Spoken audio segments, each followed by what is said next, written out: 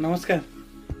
आपण घरे वर्षे रु 10 वर्ष पर्यंत पिला अछि कि जदि पिला अछि आपण ताकू 6 मास थोर डी वार्मिंग करू ना जदि करू ना ताले पिला दुर्बल रहइबो खाइबा ठीक से खाइबोनी ता लिवर फंक्शन ठीक से होबोनी ता वेट ठीक से होबोनी कि हाइट ठीक से होबोनी।